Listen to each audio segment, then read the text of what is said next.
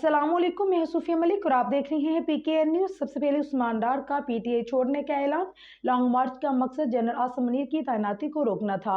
9 मई हमलों का मकसद फौज पर दबाव डालकर जनरल आसम मनीर को ओहदे से हटाना था। 9 मई वाकयात की मनसूबाबंदी चेयरमैन पीटीआई की ज़ेर-सदारत इजलास में हुई। उस्मान डार का बयान, तफसीलात सरदार ताहिर महमूद की इस रिपोर्ट में। पाकिस्तान तहरीक इंसाफ के मरकजी रहनुमा उस्मान डार ने पीटीआई छोड़ने का ऐलान कर दिया है। उन्होंने कहा है कि 9 मई हमलों का मकसद फौज पर दबाव डालकर जनरल आसम मनीर को ओहदे से हटाना था।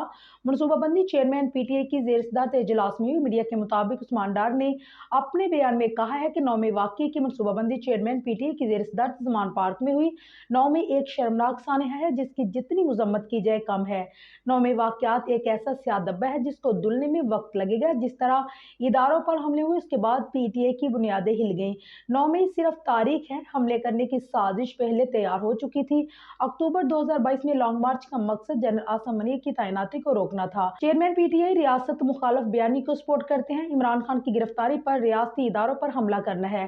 पीटीआई चेयरमैन इस बयानी को सपोर्ट करते हैं। हसास तनसीबात को निशाना बनाने की हिदायत खुद चेयरमैन पीटीआई ने दी। 9 मई हमलों का मकसद फौज पर दबाव डालकर जनरल आसम मनीर को ओहदे से हटाना था। चेयरमैन पीटीआई ने रियासत के साथ टकराव की पॉलिसी की भरपूर हमायत की। पीटीआई में हमाद अजहर, मुराद सईद, आजम सवाती, फरख हबीब फौज मुखालिफ ग्रुप थे।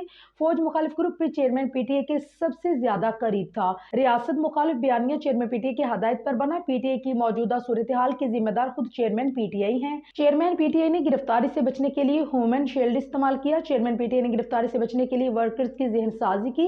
जुडिशल कम्प्लेक्स इस्लामाबाद और ज़मान पार्क में जो कुछ हुआ ये जहन साजी का नतीजा था।